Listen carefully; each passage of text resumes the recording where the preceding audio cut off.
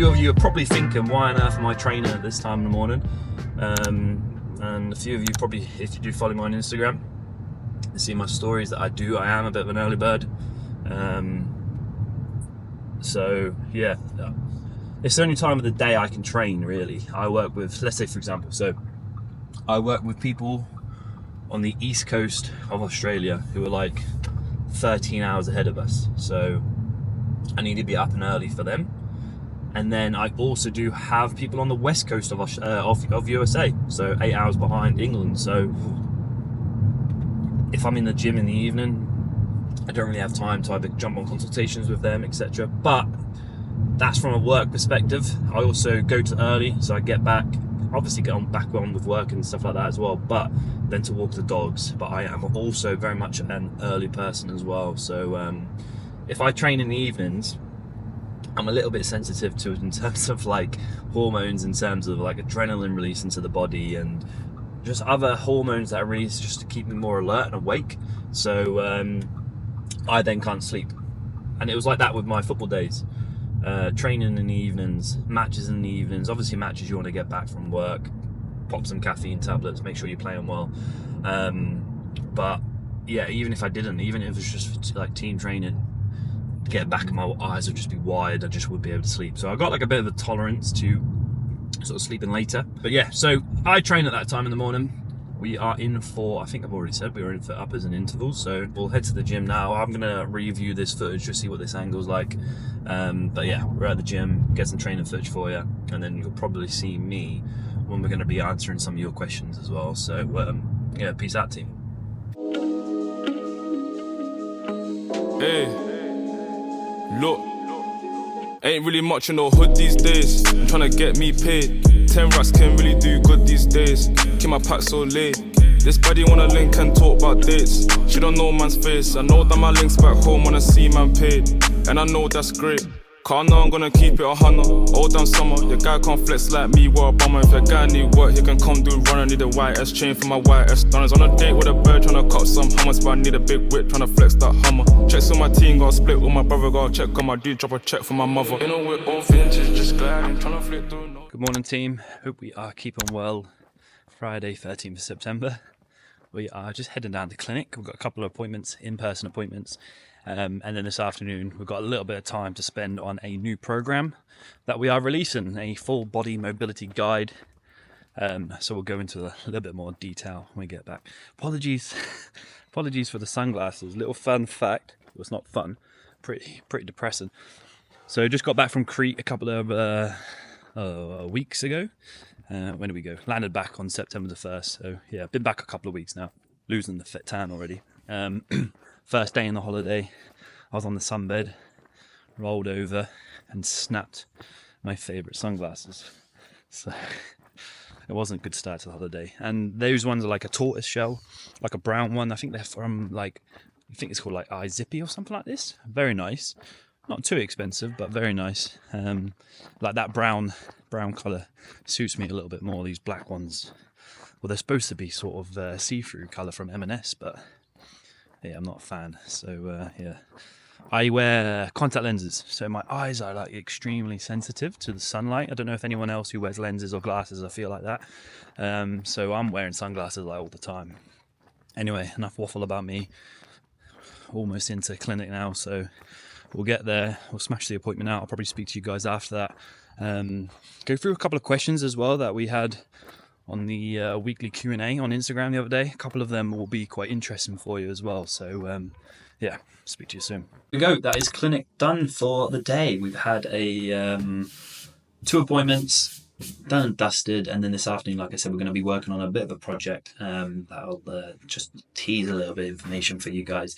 But I had a couple of questions on my Q&A this week, the weekly Q&A, that I wanted to just run through, that there could be some advice for you guys that's going to help. Apologies there, I was just staring at the camera rather than looking at the lens itself. So like I said, we're going to get better at this. Anyway, the question was, I have a herniated disc S5 to L1, so that means it should be L5 S1 rather. Please, what sport would help to improve my back pain? And then part 2 to this question was, what would make me stay in shape? I can't lift weights, I can't run, etc., and I'm so sick of this. So that was on the Q&As yesterday, which was on the 12th, Thursday, 12th September. And like I said to everyone, I'm always quite apologetic to hear individuals' own journeys and everything. It can be super frustrating. I've been through my own injuries themselves, so I know firsthand what they can feel like, etc. So for any of you that don't know, I ruptured my ACL in my left knee playing football, and that was around the time that COVID happened. So never went down the surgical route, but we'll leave that for another day. Anyway, so to help with this, okay, individuals, when individuals are struggling with injuries like this, let's say, for example, over the space of a week, I could have 5 people come to me for appointments, okay, either in person or online, and all of them have the same injury, L5S1 disc herniation. However, all 5 of those individuals are going to be extremely different in terms of their goals, what they enjoy, how active they were before, their pre-injury levels in terms of what we're getting you back to, the type of activities that they're able to do, their access that they've got, so either equipment at home or have they got a gym membership, etc. All what I'm trying to get at here is every single individual could be very different. I could have a swimmer with a disc herniation, and I could have, let's say, for example, a javelin thrower with a disc herniation at that level. What I'm trying to say is that if we try to treat every single individual with the same injury the same, we completely neglect all those things that I've just said, then we also completely neglect the person in front of us. So we have to go down something which is called patient-centered care. And this is what all the best physios should try to do with their own practice. And I say the best physios because there's some bad people in our industry that fail to do so, okay? So that's the approach that we go down, okay? So when I get questions like this, obviously it's I'm trying to give advice without zero context to the injury. So when someone asks me in terms of like, look, what can I do? What sport can I get back to? Unfortunately, I don't have that context in terms of what we're getting you back to. So there's no best sport or best practice that you can do because I don't know the context behind that. The best thing that you can do, okay, is sit down. Okay, I am a swimmer and I need to get myself back to swimming, okay? And that is the end goal. So we have to reverse engineer in terms of where you want to be to where you are currently now, because it could be something that you are unable to tolerate certain physio exercises or rehab exercises standing up. So that might mean that we have to regress to a floor-based mobility or floor-based rehab exercises where we are taking gravity out of the situation. Our body is not fighting against gravity and are fighting against other things to keep us in place.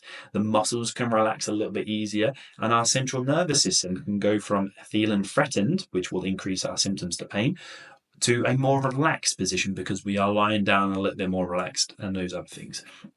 So it could be something that we have to go back, find where you're currently at with those exercises, okay, that you can handle floor-based mobility and rehab exercises, and we need to get you back to swimming. So we look at how we get you back there. So rather than looking at in terms of what is the best sport out there for me, okay, because if someone tells you, unless you've had a really, really bad injury and someone tells you, look, you can never do this again, you should never refrain or you should prevent yourself from having that mindset in terms of, look, I'm never going to be swimming again, okay? With the right structured plan, we'll be able to get you back. But this is a lot of waffle, but what I'm trying to say is try not to have that mindset in terms of, look, I can't do this now because of this. Unfortunately, in the beginning, it might look very far from swimming. It might look very far from the sports that you're able to tolerate. But within the right structured plan, within the right graded exposure, within doing progressive overload safely in a manner, we can get you safely back to where you want to be. Okay. Unfortunately, with your journey, it sounds like it's been very frustrating. But the more we put blinders on in terms of what we can't do, if we just solely focus on what we can't do, then we completely neglect what we can do. So that's one of the main things that we do with within our rehab, okay, especially what I do with my practice is try to educate the person in front of me, look at them, treat the individual, and I'm not treating the injury, and I try to educate them and empower them as much as we can in terms of, look, this is what you can do. So try not to focus on what you can't do. So unfortunately, with questions like that, and you guys are probably sat there thinking, oh God, Luke, just shut up with that waffle. But unfortunately, when we've got the zero context, we can't really give any specific answers, and it's quite unethical for us to do so as well. So yeah, hopefully something like that will help. We've got a couple of other questions that I want to go through. So okay, and this is quite a common question now, okay, guys, is I have crackling in my knees, but it doesn't hurt. Should I be concerned? So from the research, and you're probably this is probably a very over-answered question, but it's over-answered because it's asked quite a lot.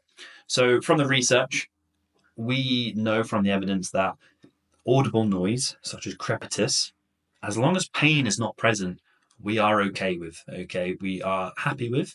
Obviously, it's not nice, and so for example, you're probably not going to be able to hear it. But if I go and pull you guys down with my knee, you might be able to hear it. So I'm just going to do a squat. Can you hear that? So that is some audible noise from my knee. There's no pain, but I'm completely okay with it. So with some injuries, unfortunately, we're going to get some sort of audible noise there. And it could just come out from nowhere. Some more from the research, we know that some more people just have noisier knees than others. And it could be down to a load of different things. It's just like when we crack our knuckles, gas popping. It could simply be just that. So that's what we call crepitus. As long as pain is not present, we try to educate you guys that we shouldn't be too concerned with that. There can be, with some instances, so for example, some people can have sort of very audible clicky hips, etc., and that could just be where the tendon, okay, this is another example or another factor that it could be, possibility what it could be. A tendon could be just moving over a bony landmark every time you go from sort of an extended position to hip flexion. So it could just be moving over this bony landmark a little bit more than what we want, making that audible noise. Stuff like that we can improve. We can improve how the tendon, how strong the tendon is, how resilient it is, how elastic these tendons are, how they feel in certain positions, and we can reduce some certain sensations like that. With crepitus within the knee, etc., there could be some instances where we can reduce the likelihood of it happening, the frequency of it happening, etc. But when pain is not present, the evidence and the research suggests to us and informs us that us as physios, we aren't too worried about that, and you shouldn't be too worried about it as well. It's extremely common. However, if you are worried about it, if it is very persistent, and if there is pain, so if there's any of you guys there with painful knees and get a little bit of crepitus, then we would advise you to get it checked out. Okay, so what we're going to do now, we're going to call it a day. We're going to head back home. I might chat to you guys a little bit about a project that we're working on, a little bit for mobility guys, so we might drop a little bit of a teaser there as well. So yeah, we're going to go back home, have our lunch. It's still quite sunny, so we're probably going to go out and enjoy the sunshine. So I just want to run you through, guys, in terms of another little service that we do. This video is probably going to feel like I'm just trying to sell you to you guys, but that's not the case. I just want to sort of give you a behind the scenes in terms of what we're doing as well. I'm now about to send out a 8-week tailored program. This individual has asked for a mobility only program. We do go through sort of a mobility and a movement prep one. We also have you can have that along with if we are rehabbing an injury, and then you can have the whole sort of shebang with strength blocks added on top of as well. This person and this individual is already following a different gym program, no injury, and they just wanted to have a quick sort of mobility program that they can do on a daily basis. Okay, so let's just flip this camera around. Just ignore this bit. I don't know why it's saying I'm offline. Basically, what I'm about to do is just run them through the program. Obviously, my little ugly mug in the middle through here. So we're just going to be running them through. Let me just pop you down there. I'm going to be running them through a video introduction explanation, just so they have a clear understanding in terms of what they're getting with their program. Okay, so giving them clear clarity why we're doing certain exercises, why we've got it structured how we are, how they can progress exercises, how they can regress exercises, etc. I'm probably going to leave it like that today in terms of for today's video. So been a bit all over the shop. It's just going to be a little bit of sort of behind the scenes in terms of what we're doing. This is just sort of a midweek little vlog. So I appreciate you guys sticking around. Just give me suggestions in terms of what you guys want to see. We are going to try and answer as many questions as possible through these videos, behind the scenes vlogs, etc. like that. Answering questions, giving you some mobility exercises. We might have some videos just dedicated to 5 good hip mobility exercises, coaching you through them as well. So we're going to make of it as we wish as well. So yeah, over and out, and I'll speak to you guys soon.